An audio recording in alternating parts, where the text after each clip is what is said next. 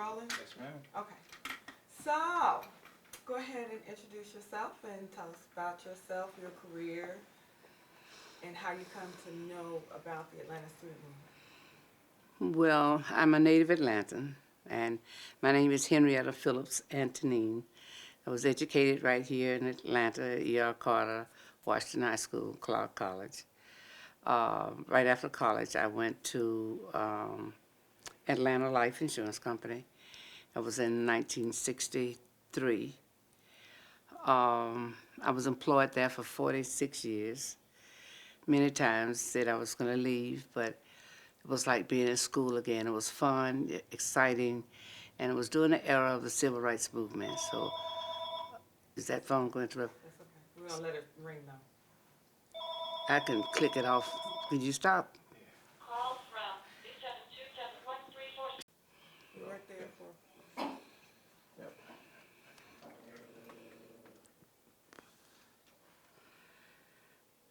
I'm a little dog might start barking next. Cool. Ready. Okay, as I said, I worked for Atlanta Life for over 46 years, and it was very exciting. Hold on, let me get this again. Okay. So, worked at Atlanta Life. Oh yeah, I worked at Atlanta Life for over 46 years. I started with the company in 1963, and it was a very exciting place to work for. It was during the era of the student movement, civil rights movement was vital, and a lot was going on. I was fortunate enough able to work with Jesse Hill, who was the president, and knowing that I was an activist, so to speak, and was involved in marching and the whole bit around this country with SCLC and other organizations. Worked hard with the NAACP, so he kind of embraced me into doing things to help him. Like he coordinated Maynard Jackson's campaign when Maynard ran for mayor, and I worked very diligently with him with that. I worked with he and Leroy Johnson when they brought the big fight to Atlanta with Muhammad Ali. And of course, Mr. Hill was involved in the movement totally. I remember when the students were marching and they had signs that were really kind of shaggy. And Mr. Herndon, who was the owner of the company and the founder's son, saw those signs and said, no, we got to do better than that, get our department to print those signs, give them a professional look. And so to make a long story short, I worked directly with Jesse Hill in just about everything. And it was just an exciting, very exciting time. When the students were marching around the country, and Atlanta Life was actively involved with helping to finance a lot of that, and a lot of it came through my office, that it was just, I can go on and on. It was just a very exciting time to be alive. And not to mention how Atlanta Life would be sponsors for a lot of the events. When Jesse Hill worked with chairman of the board of the King Center, I was on the board, on the advisory board with the King Center, and it was just a time full of excitement. It was just something going on all the time. I'd rather you ask me questions than have me keep running talking. Okay, well, let's talk about Donald Lee Hollowell. Well, you know, I can't say that much about Donald Hollowell that's not already known. I know that he was a great, great person, and so was his wife. I know that he was a civil rights warrior, civil rights lawyer, and he was there to support just about everybody when it came to fighting for justice and equality with African Americans. And that's about all I could say about him. I just know he was a great man and very likable and there if you needed him.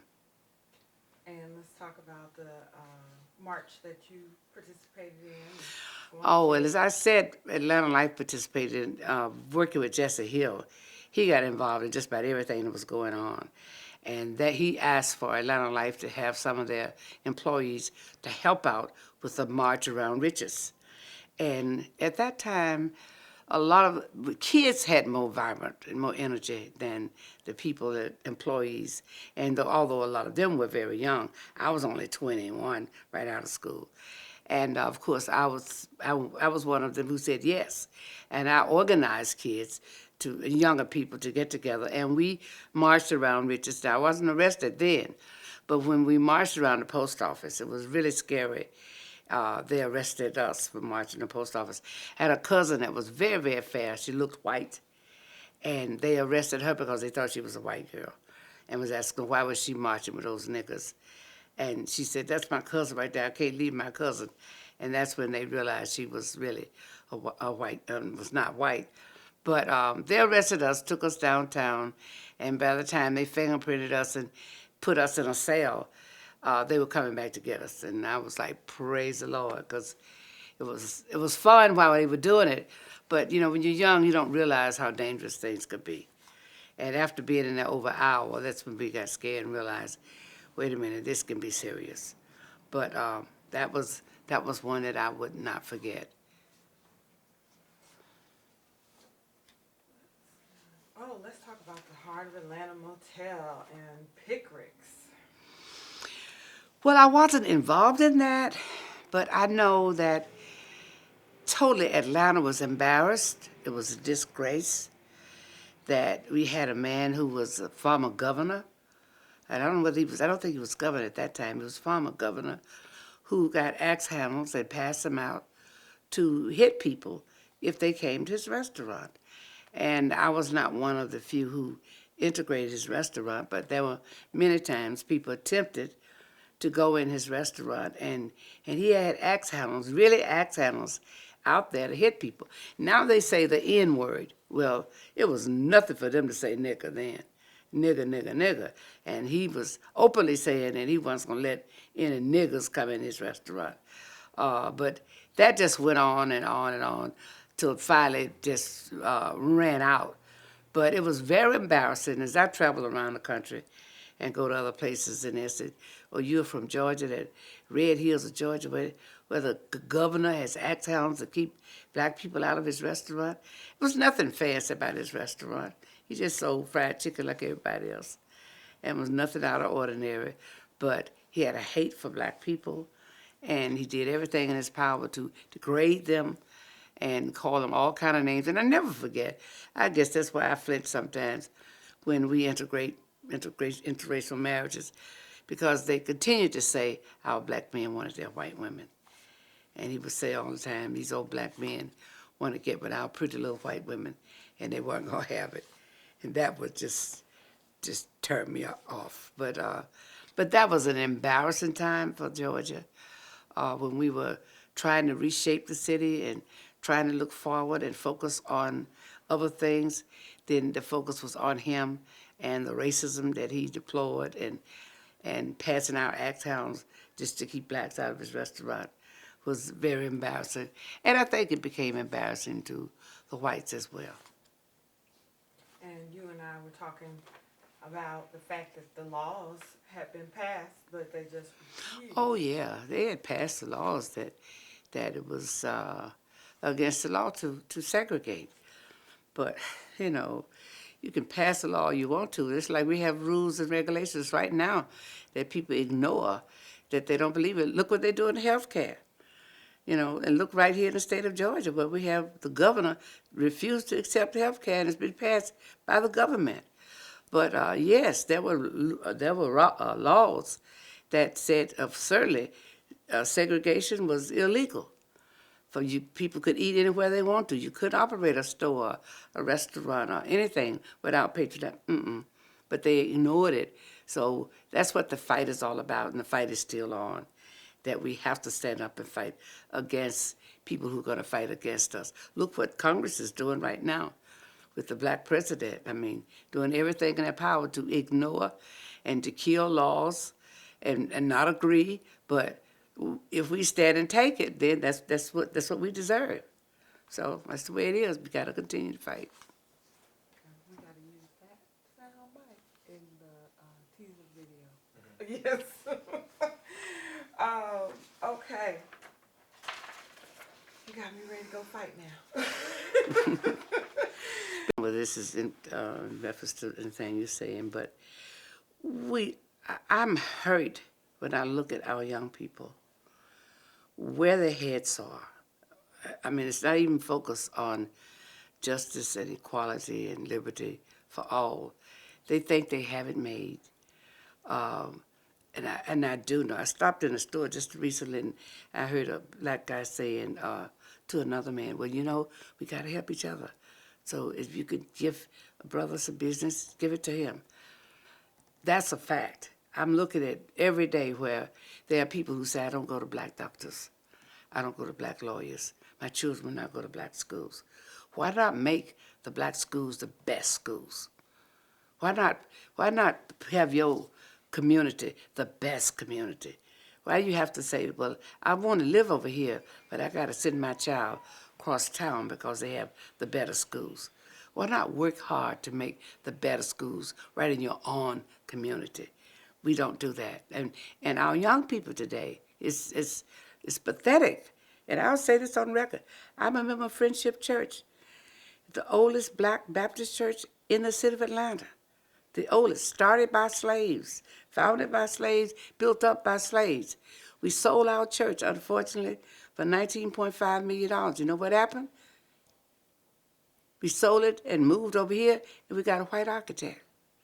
Atlanta has more black architects than any other city in the nation. But what did we do? We went and found a white architect to build our church. I know this is probably irrelevant to what you all are talking about. No, it's not. It's not? No, it's not. Well, I can talk about that forever. It's not. I mean, you know. Not only did they get a white architect, but they got a white project manager. And we know many African-American project managers and African-American architects. As I said, Atlanta has more black architects than any other city in the United States. And Friendship Church could not find a black one. And that's pathetic. And then they said he was the best. And if you look at the design that they designed for us, it is far from being the best. And they only gave us one design. We didn't have a choice to look at two or three, and they accepted it. These are young people that say people like me, oh, we're old-fashioned, we don't know, and they ignore you. But the only time they come back to you is when they need the money. It's kind of like your children. They don't listen to nothing you have to say. I know it, I know it, I know it, I know it. Then when they fall in the hole, they come back to you with moon on their face. I need some money to pull out of this hole. Okay, yes, ma'am. That's true. You mentioned, Rich's store was the largest department store in Atlanta. hold on one second, are you Yeah, still I'm good. rolling? I'm or good. you I'm wanna- rolling. Okay, Rich's store was the largest department store in Atlanta. And I want to say Rich's was not in the worst than any of the other stores. But you had to focus on the main store. And Rich's set the pace, set the stage. And so Rich's was the store to attack. Macy's, what was Davis's did, was just as bad. All the other stores all of them were equal, but Rich's was the main focus. I never forget trying to integrate Rich's was absolutely horrible. That was our main store. That's where everybody wanted to go. The clothes were beautiful. The furniture, everything was very nice at Rich's. It was just a big, fine, fancy, very nice store. However, when they tried to integrate Rich's, it was hell. And the students really started it by integrating the lunch counters. And I will never forget it. I was telling somebody the other day, as a child, when my parents had 6 children, my mother would line all of us up and said, okay, we're ready to go downtown to shop, to take us for school clothes. Everybody, you got to go to the bathroom right before you leave home. My mother said an hour before or 2, don't drink any water because there was no decent facility to go to the restroom. So, and don't drink any water because you don't have anywhere to go. Don't eat anything, period, because there was no decent place to eat. Then when you get downtown to Rich's, and that was the store to buy your school clothes, you had to stand in line. My mother would get all of our little clothes gathered, and we had to stand in a line to be waited on. And you could stand there for 20, 30 minutes. If a white person came up, they waited on them and pushed you aside, and you had to wait. And there was nothing you could say. You could say, I was here first, who cares? Here's a white woman They just walked up and they're going to wait on her. Not to mention, we couldn't even try on the clothes. Can you imagine buying your little girl or little boy a suit, a sweater, a skirt, and when you can't try them on, you got to measure his little waist and turn him around and put the pants next to him or put the little skirt around him to see if they could wear them. We couldn't even try on shoes. You had to took a ruler and measure your feet and your width, and then they would give you your shoes. And if you tried them on, you could not return them. So therefore, if you bought them and took them home and you were African American, they would not accept them. So those were, here come Michael now. Those were very, very hard times. It was very, very difficult to, and we have, as a people, begin to accept it. You know, you get so complacent, you accept whatever as if that's okay. You want me to answer? Right. 8. The young lady was taking my place. I showed her my files of all the things, the people she needed to be in touch with. We were spending around $7,000 to $8,000 a year on printing material. And I gave it to Ira Jackson's son and this other guy, I can't think of his name. It wasn't a week after I left, I understand, she took it right away and gave it to Wright's Printing Company, big white company. This young lady is like 36, 37 years old. Why? But she just wanted to change. And no thoughts in her mind that she's going to give it to an African-American company. Let me tell you something else. I never forget, and you probably might go with your busy schedule. You come to work every day, somebody's calling you 100 times a day, and you wonder why they keep calling you. There was a man calling me about doing plaques for our company. Well, we had a company doing our plaques. I didn't need anybody, need to change. So he kept calling me. And my secretary said, that man is calling again, Brandon. I said, did you tell him we have a company we don't need? She said, yeah, but he keeps calling. So one day I walked in the office. He was sitting downstairs in the lobby, and I didn't know him, but he jumped up. Miss Antoinin, my name is Brandon. I looked and said, I heard that name before, because he called me 100 times. I said, well, man, why do you keep calling me? I told you we had a company. He said, but can I see you for just 10 minutes? Just give me 10 minutes. I said, okay. So I didn't take him in my office. I just went around the side to see what he wanted. He said, you're using, I can't think of the name, what is this big company down on North Avenue that prints plaques and sculpture, and I can't think of the name of it now. God, I can't think of it. Anyway, he said, you're using that company. He said, I know, this is a big white company. I had never dawned on me the company was a big. We were using that company when I came in the job. So I said, yeah. He said, well, I work for them at night. And what they charge you all, they don't charge the white people the same thing. You all are paying 12 cents a letter, where the white companies are paying 9. You'd be surprised, a little 3-cent letter makes a lot of difference in the cost of your press. And he said, and plus the fact, if the white people bring some plaques here, they'll do theirs first. And you remember you all be late a lot getting your stuff? He said, that's why. He said, King Center would have been the King Center. They ignored him. He said, and they'll let their plaques be the last thing they sent out on purpose. He said, I've been trying to get to you to tell you what they're doing. I can do your work. I'm trying to get my own business. And I work for them at night. And he said, and all this work is packed up that night. He said, I can tell you just what you say on your plaques. So he began to repeat just how our plaques read. And he said, and I don't have the money for the equipment. He said, but I'm trying to build my own company if I could get some contracts. He said, I graduated from Marsh Brown, but Marsh Brown won't hire me, will not give me any business. I can't get business from Morehouse, and I sent my son to Morehouse.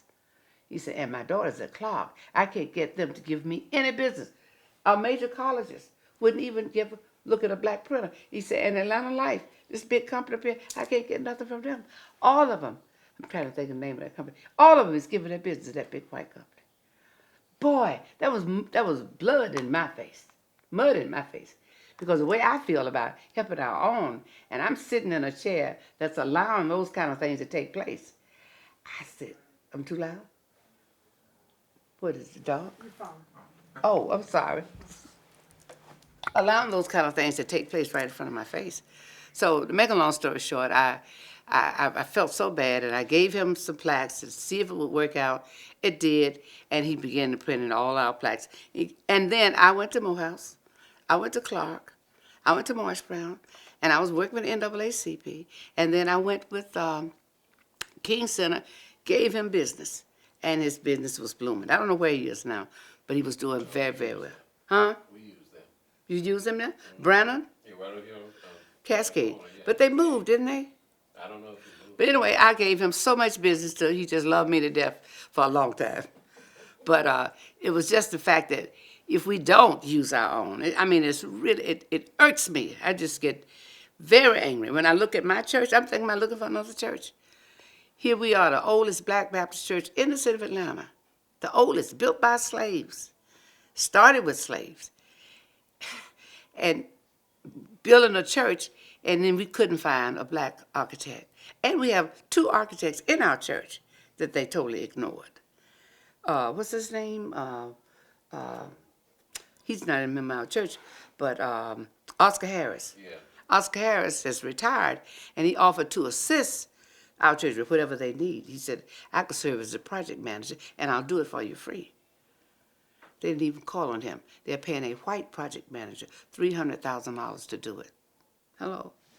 And then they went and got a white architect who lives out in Cobb County, and I call him the Tea Party architect. That's what they got. With all of the architects in Atlanta, African Americans, they did not get him. And then they offered them one design. They looked at one design and they had to choose from that. And it is degrading to our heritage. You look at the oldest black church, and let me say one other thing. Many architects have not had the privilege and opportunity to build churches, black churches. You know why? Because we buy white churches. The white people built. Look at Hoosier. Look at West Hunter. Look at all of these major, big, fine churches. We bought them from white people, okay? So most often, a lot of black architects are not privileged to build black churches because we have a tendency to buy. Look at Zion Hill over here, on right across from Jean Charles Young. That's what that church across the street from Friendship bought that church. So you look at Hoosier, you look at West Hunter, you look at all of these churches, you look at Providence, they were white churches. And so many black architects have not had, but what's the difference in building a school and building a building than it is building a church? There's not that much difference at all.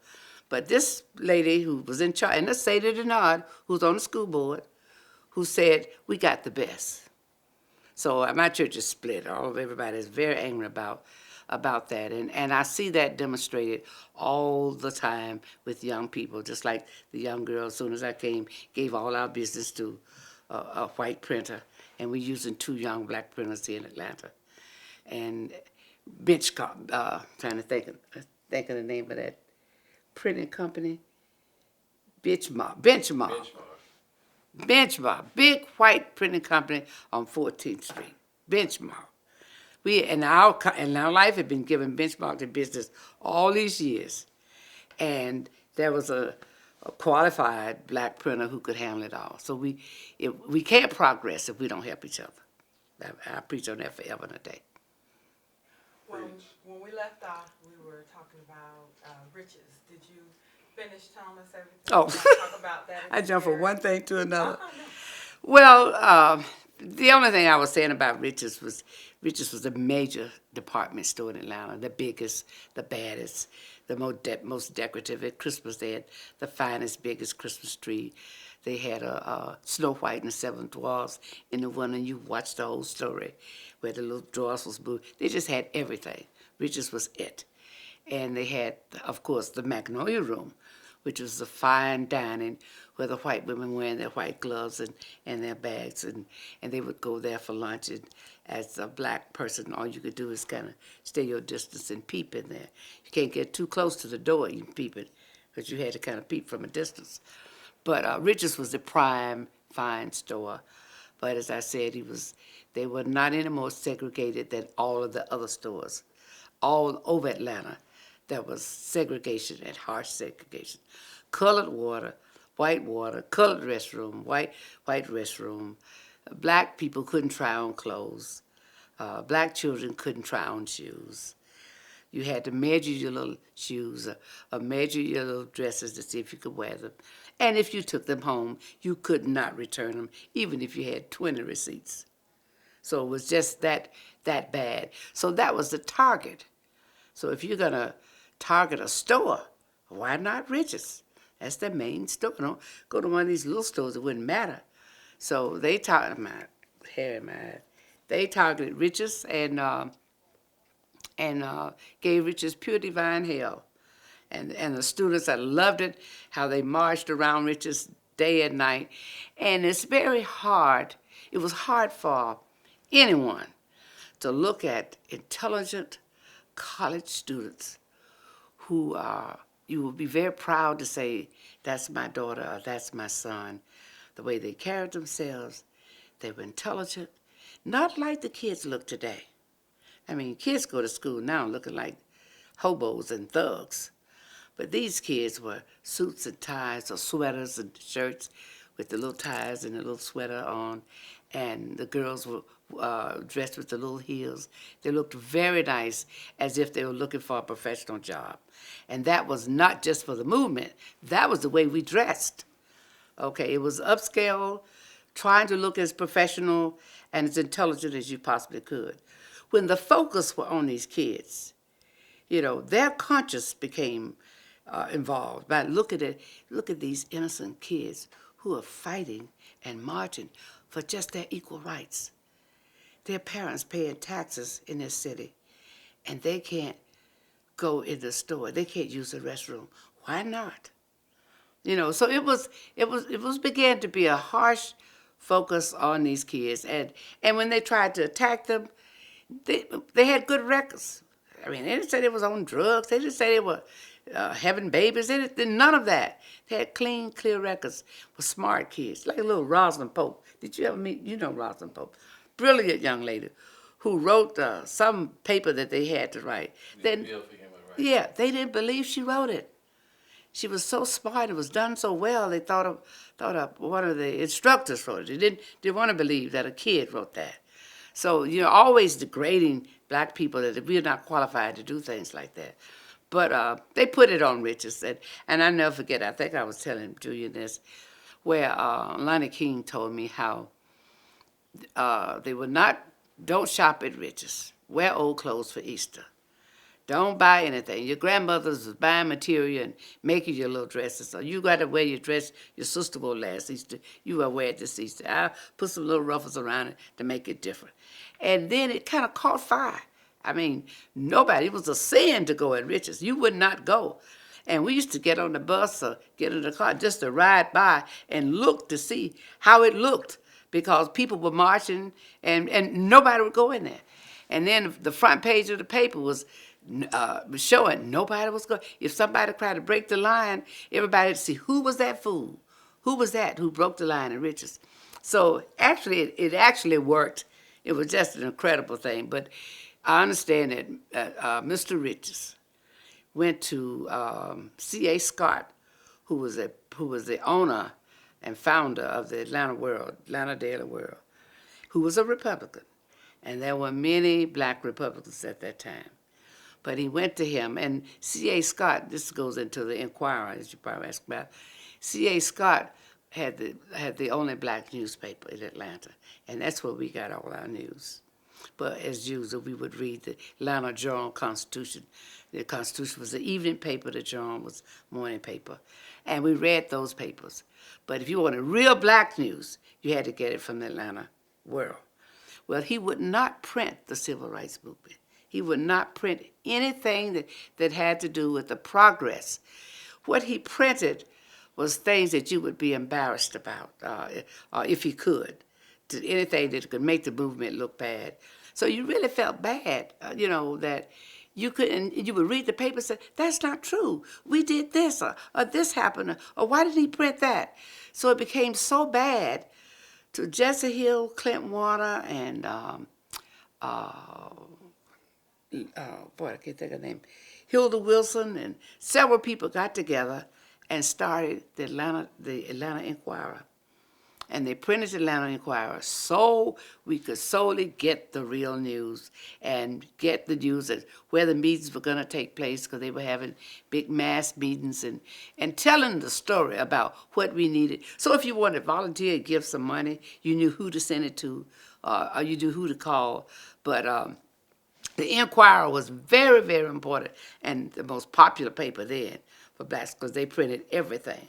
And C.A. Scott went to Lonnie King and asked Lonnie King, said, listen, and $15,000 or $20,000 was money then. In the 60s, somebody offer you $20,000, that's enough to pay for a house, because houses sometimes cost $18,000 and $19,000. But anyway, they offered him, I think it was $20,000 or $25,000 to stop the movement. Say, if you just stop it. If there's no more, then stop it for Easter. Because Easter and Christmas, 4th of July, those were prime times when black people, you know how we do. Black people just ram the store. You got to have these Easter outfits, and you got to have toys for Christmas and all. So I think it was Easter. They said, don't buy any clothes for Easter. Wear old clothes. Wear old clothes with dignity. And it truly worked. But Lonnie King came back and told everybody they offered us, I'm guessing at $25,000. I don't know really how much it was, but they offered us some amount, thousands of dollars, and they were really disgusted and insulted.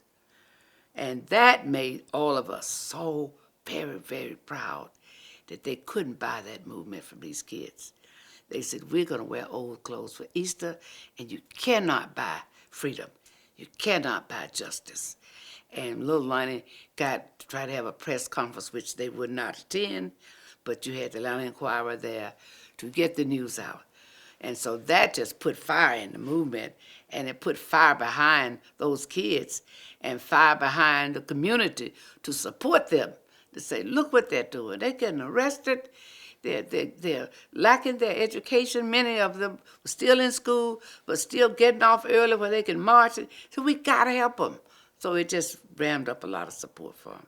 So I could talk about Rich's forever, but Rich's was no more or less than any of the other stores, but they targeted Rich's because it was the most powerful store.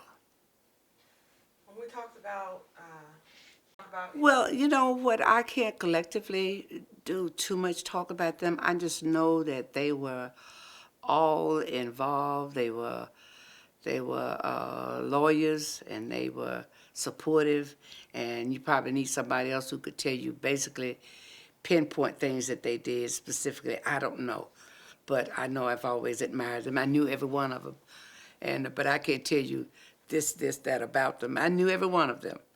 Horace Ward, who's still living, and of course Donald Holloway was a dear friend. I loved him dearly, and his wife. But I can't really do too much talk about them. Now, did you want to say anything about the Freedom Riders? Their impact on the civil rights movement? Well, I'll say this. That whole movement, every entity was important. I don't think one was more important than the other. And I think I said when you first came in, the student movement to me kind of was a target that made people really focus. Now let me say this. Of course, the movement in Birmingham and in Alabama was great, but it was still subdued. Things were still just like staying numb. You know, nobody's moving, no fire, nobody's raising any sand. But when these students got together and said, we're not going to take it anymore, that kind of deepened your appreciation and got everybody involved. Because I'm telling you, I remember, I had just gotten out of school.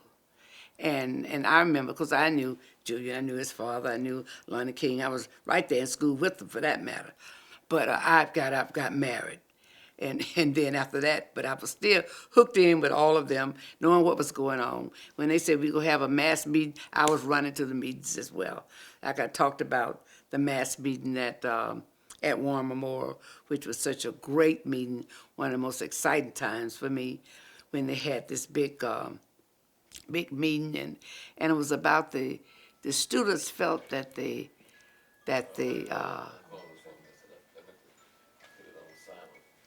that's good. That's where I was going next, so we can go ahead and talk Oh. about that meeting. Take you Dr. on in there. King's Oh, yeah. presence and Yeah, that was, oh boy. did you want to talk about Grady too? The integration of Grady? Y'all really got me talking that. Y'all got me saying about everything. It's okay. I can just tell a little bit about Grady, but Grady was, I mean, I could just tell, that just rams up the whole story of racism and what was going on right here in Atlanta when you talk about Grady Hospital. I'll get to that, though. Okay. What was I fixing to tell you? War Memorial. Oh, I had just got married then. You ready? Oh, okay. Oh, you want me to talk about War Memorial and the incident at War Memorial? That was a big, great mass meeting where the students and the senior leadership were partying. The students felt that the senior leadership sold them down the drain. And I can't remember, all I remember was Bugsy Smith. I think Bugsy Smith was running and some other person was running. And the students felt that, I think, to be honest with you, maybe I shouldn't say this, but I'm going to say it. I think a lot of the senior movement people like Jesse Hill and Sam Williams and William Homeboarders, Daddy King, they had a deep appreciation for the children, young people, but they still wanted to take charge. And they wanted to tell these kids what to do. Well, these kids have said, you all weren't doing anything like what we're doing. So you can't come in and dictate to us. We got our own thing going, and that's the way it was. And that now you all are going along with those white people, and we're not going to have it. So that they were really, and the students had so much control because not only did students follow students, but they had a lot of seniors following the students because they had gained so much respect for them. So if they put in the newspaper or let people know we're not supporting this candidate, people had a tendency to follow who the students were with. So Dr. King's father, Daddy King, and a lot of them got very, very upset because I'm sure they made some commitments to the other candidates, and so it was a mess. So they asked, the students had this big mass meeting at War Memorial Church. And when we got in the church, you could hardly move. It was like I use the expression, a basketball game that was fired up. The room was just packed like worms. You couldn't hardly get in there. And every time William Homeboarders or Daddy King or Sam Williams or Dr. Bates, anyone got ready to say anything, they were booed off the stage. I mean, booed like you've never heard. Now, I use basketball game because it just keeps in my thoughts. You've been to a basketball game when it was tight and one team is just 2 points ahead of the other. And then as soon as he get a two, they tied up the game, so it's just that close, and the clock is running. That's the way this was. The noise was just incredible. So much noise, and was so much excitement. And yet kids were angry and they were mad. And every time William Homeboys would stand up, he just wanted to talk, they boo him off. Daddy King come up, they boo him off. Dr. Mays, they booed him off. Everybody who came to the podium, they would just boo him.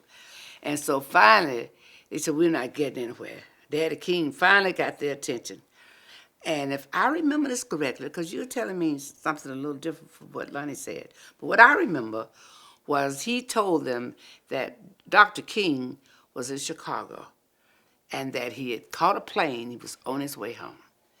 He said, and when he gets to the airport, we can pick him up and bring him here if you all are willing to wait till he get here. So that's the only thing he was able to say, because when he started talking, everybody got quiet and listened to what he had to say. So everybody said, okay, we'll wait. So we were going to wait on Dr. King to come from Chicago. So that was a good 2-hour wait or more. So much was going on, the noise, the fights, the arguing, and the leadership was still trying to talk to us. No, nobody. So I remember distinctly that Dr. King came from the back of the room. If you go to War Memorial, have all these steps you come up, and he was coming down the aisle like a bride is coming down the aisle of a wedding, but he was slow. And I never forget, held his hands up like this. And I can't describe the feeling. Now, I knew Dr. King wasn't Jesus, okay? But I'm telling you, the feeling of that, the atmosphere in that room was unbelievable. And I guess with him walking up with his hands up like this, and he had a slow tone about himself. He was never a fast-walking man. He just walked slow, and he looked at his hello, and he looked, just slowly like that. And he came in not saying a word. And I'm telling you, it was like, ah, ah. The crowd just went down to nothing. And it brought chills in my body, I'm telling you the truth. And I said, why am I feeling like this? My God, I got chilled. And when he came in, all the way walking, and the noise was up until where he got, as soon as you saw him, they stayed quiet. And back here, it was quiet because he had passed those benches. And the closer he got to the front, the noise continued to subside. And then when he got on that stage, I will never forget, he held his hand up, and he used a parable like we on the 2-yard line. See, we got 18 seconds to play. We got the ball. All we got to do is fumble the ball. They won the game. We got, 2 yards to go, or 1 yard, something like that. And we got 18 seconds. Do we fumble this ball? So that's what he was saying to this crowd. We've come this far. Look at all that we've done. And we're going to come this far. We're going to let them win. They win when we don't work together. That's a fact. They win when we are fighting. And he said, if we've fought all this long and made all this progress and get down here on the 1 yard line with 18 seconds to go, and we're going to fumble the ball. But I can't remember all the things he said, but that was the essence that I got out of his speech. And it quieted the room. Everybody gave him undivided attention, and they were crying and praying when it was over. So I just said that to say what Dr. King brought to a meeting was just undescribable. I mean, because those kids were mad enough to cut somebody's head off, and just walking in the room and making a speech. And you know how verbal he was and the tone quality of his voice, because when he started talking about, I've seen the promised land and all that, it gets to you. But that speech that night was just electrifying. It changed the whole thing. Everybody, I don't know what the decision was, but whatever it was, they pulled together and made a decision to work together. But that was a powerful, powerful, powerful meeting. Aren't y'all tired of talking to me? No. No, ma'am. We want to I talk about haven't- Grady. How you doing? Okay. Okay. You got 20 more minutes of me. No, whatever you want. You got backup. Huh? You talk as long as you like. You talk all day. But y'all know you're not going to use all that. So you just go, We can't. We use every minute of it. no, y'all don't use all that. Because it's on the webpage. We don't have a time limit. Oh, my Jesus. Okay. So what do you want to know about Let's Grady? talk about Grady. The only thing I can tell you about Grady as a child, my experience, I was not born at Grady. I was born at home. And that was my mother said I was just so fast. Before she knew it, I was born. But Grady had such a terrible reputation that most black people didn't want to go to Grady. A lot of people died because they just refused to go to Grady and be abused with that kind of treatment. I went to Grady as a child several times with my parents to see elderly people or someone sick. And the treatment was just absolutely abusive, rude, and ugly. They had a black side of Grady, of course, and a white side. And whenever they remodeled Grady, the old side went to the black people. You could go to Grady on a Friday or Saturday night and stay all night long. And I understand some of that is still happening right here today.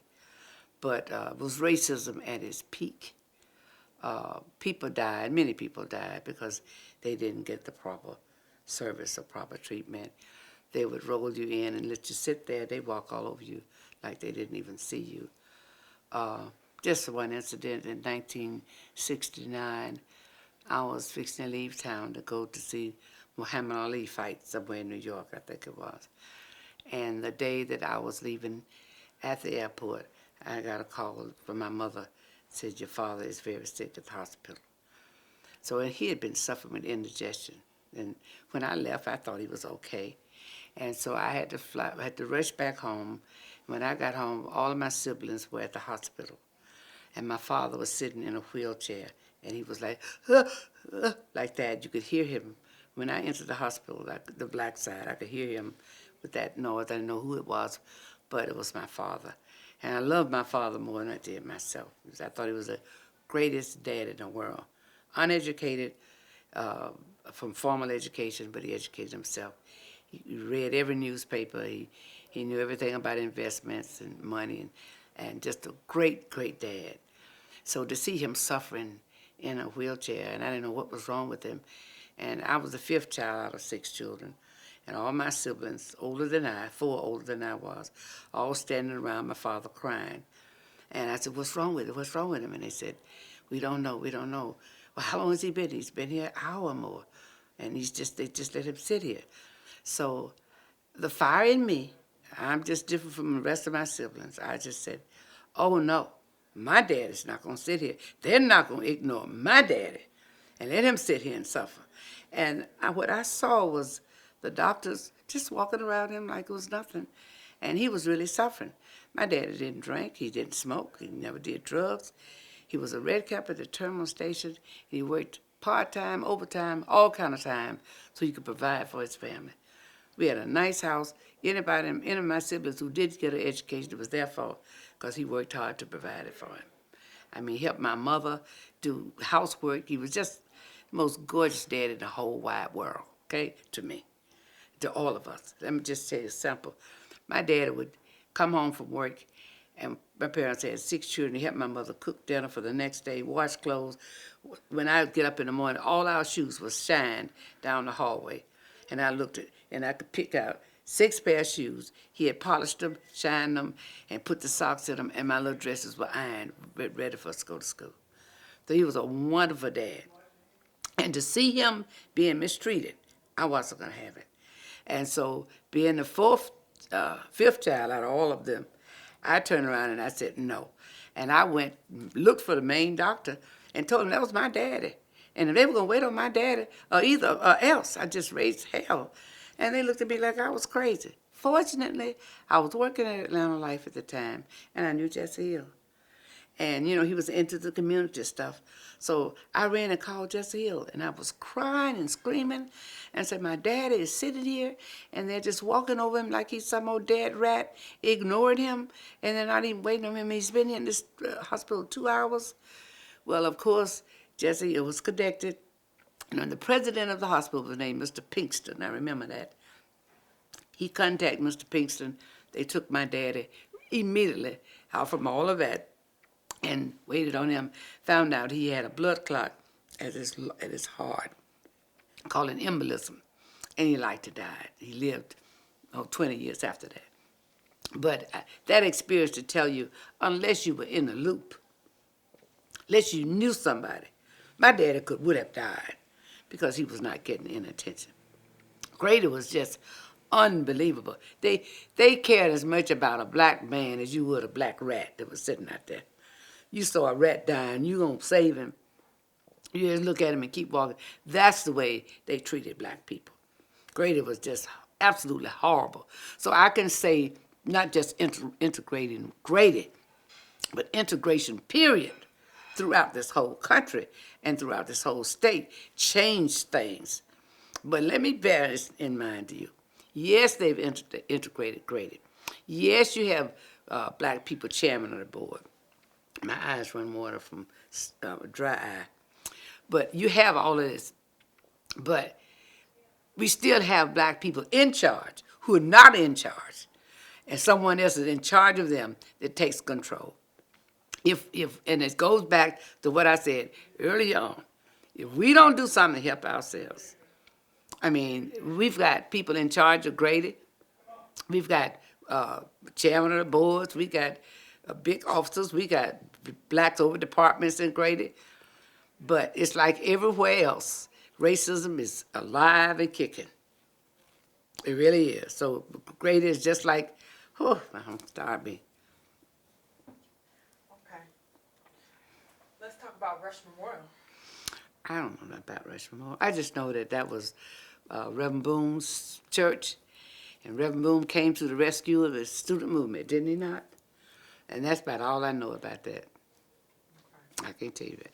Y'all tired of talking to me now, aren't you? Okay, anything else in general you want to talk about?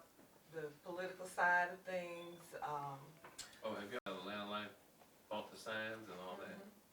And all black business? I did. I didn't get into black businesses and all that stuff.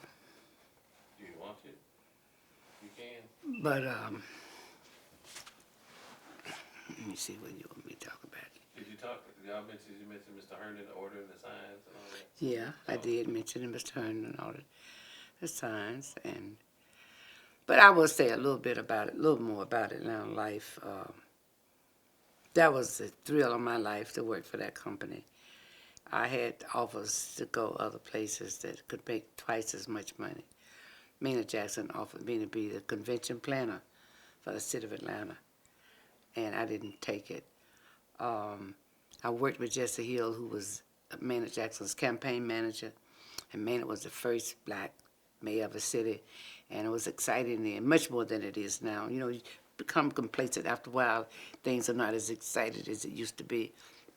I just talked to my church yesterday about helping support Maynard's movie, that our children and grandchildren need to know who Maynard Jackson was. He was a great mayor, and I would say the greatest mayor Atlanta has ever had. Not just the greatest black mayor, but one of the greatest mayors we ever had. If you remember, you weren't born. Were you born then? What but for the tot did. But when Maynard became mayor and how he demanded, put affirmative action out on the force and demanded that blacks get their due.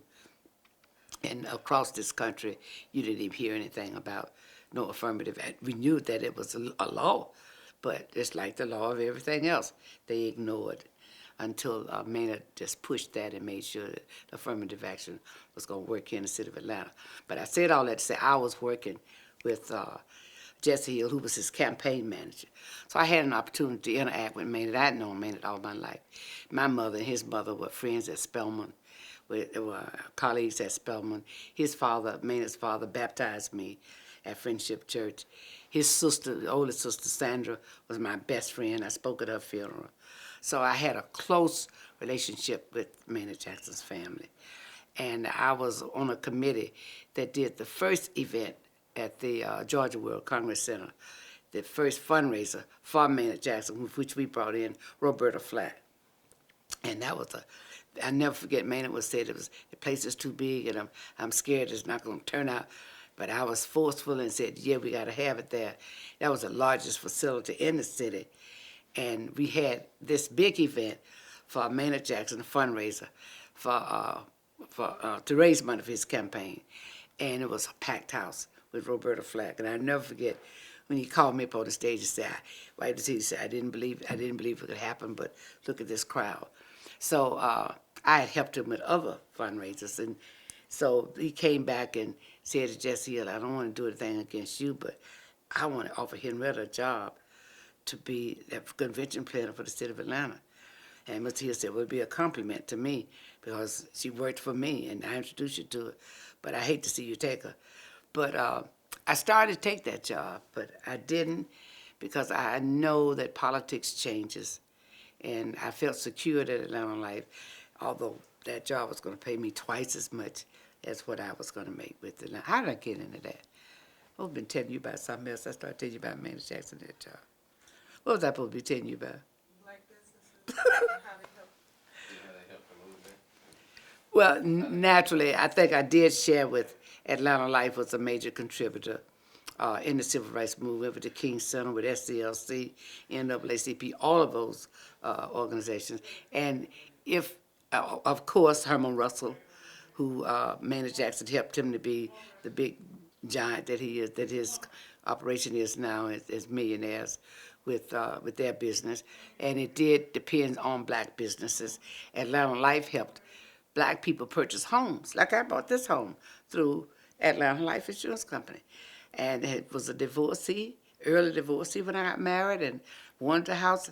I bought 3 houses. In my first house, I bought, and I went to the Atlanta Life and said, I don't have the money to be approved through HUD and through the other, what is it, I can't think of the name of it now, but you had to go through certain processes that I wouldn't qualify because I didn't make enough money.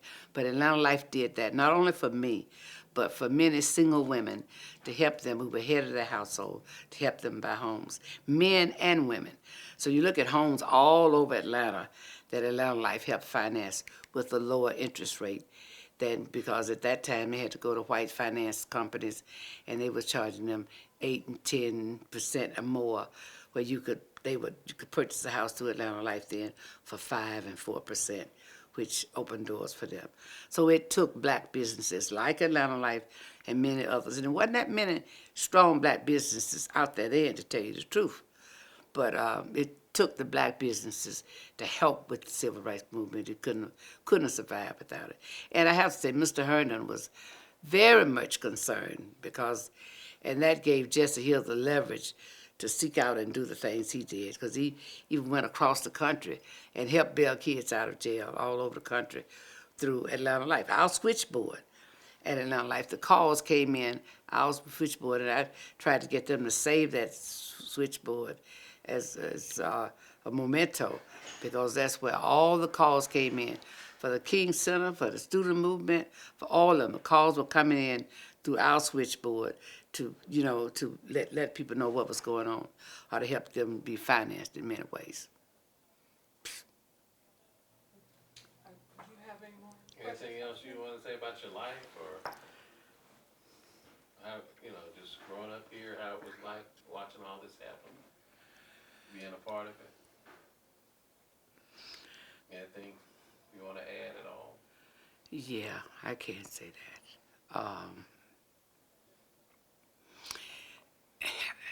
I have some friends that, and I talk a lot, my voice is leaving me. I have a lot of friends that come from the north. Did you say you're a northerner? And many of them express that they have not experienced some of the things that, I said racism, like we have experienced in the South. And after learning a little bit, I kind of disagree with them, because racism is so prevalent. As a youngster, I went to New York many times, and I didn't feel any difference than what I did when I was here in Atlanta, other than it wasn't blatant. They didn't have white water and black water fountains, but I felt it. I never forget, my aunt was going to buy me a belt, and my aunt, I thought she was rich, but she wasn't. She was a social worker in New York, and she bought me all the things I wanted. And this belt was like $75. That was a lot of money to pay for a belt when I was about 12. And I wanted this belt. It was a hubba belt, one of those hip hugger belts. You put it on, and then it dropped all down here. And I looked at that belt in the store, Garfingers, or one of those big stores, and the clerk didn't want to sell it to me. And she felt that I wasn't able to buy it. And my aunt turned around and said, yes, we're going to get it. But that experience let me know, and it was a white clerk, that there's racism there too. But here in the South, I guess it's more blatant. We could see it. But just look at what's happening in the whole country today. When you look at the President of the United States, you have a man that's standing up and call him a liar. Has that ever happened to another president in the country? So, I mean, to say, oh, that's because it's down south. Well, that wasn't down south. That's right there in Washington, D.C. So racism is, if I could leave you all with this word, just know who you are and know where you came from and kind of figure out where you want to go and how you're going to get there. Because you're not going to get there being humble and sublime to white people, and I just have to be blatant about that, that you gotta fight for what you want, and we've got to work together as a people. Let me tell you this. I was on a board meeting in Birmingham. They have on a little board with the airport down there. And they were talking about economics, how blacks, how Jews support the Jews, how the Indians really support each other, and how the Japanese really support each other. But what's wrong with African Americans? This woman said to me, I'm sitting around a table with about 10 people, and they were talking about this. And while they were talking about how the Jews support each other, and how the Japanese and how the Indians, and I'm sitting there saying to myself, and we should know. But not thinking that this woman had the audacity to say, well, Miss Antoinin, I don't mean to offend you, but what happened? Why is it that African Americans, why is it your people don't support each other? It's all the money, just think of all the money that we get in our community. We give it right back to the white man. She said, why is that? You know, at first I was insulted, and I'm still a little insulted by her saying it, because she put me on the spot. I was angry, but the woman was telling her, the Lord knows truth. What did I just share with you about the insurance company and how this girl turned around and turned all the business over to a white company? And we had a black company who was doing a great job, we were very pleased with for years. She took it away and gave it to a white printing company. And so when this woman said this to me, I couldn't say anything but, I don't know, it's a fact.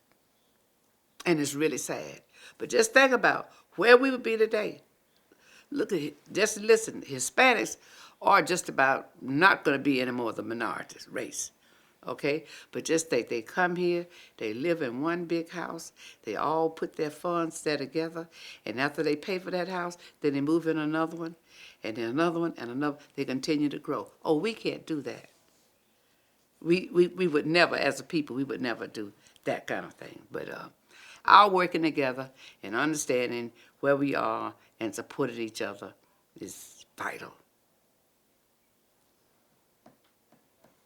Well, it has been an honor and a pleasure. I'm waiting on the book.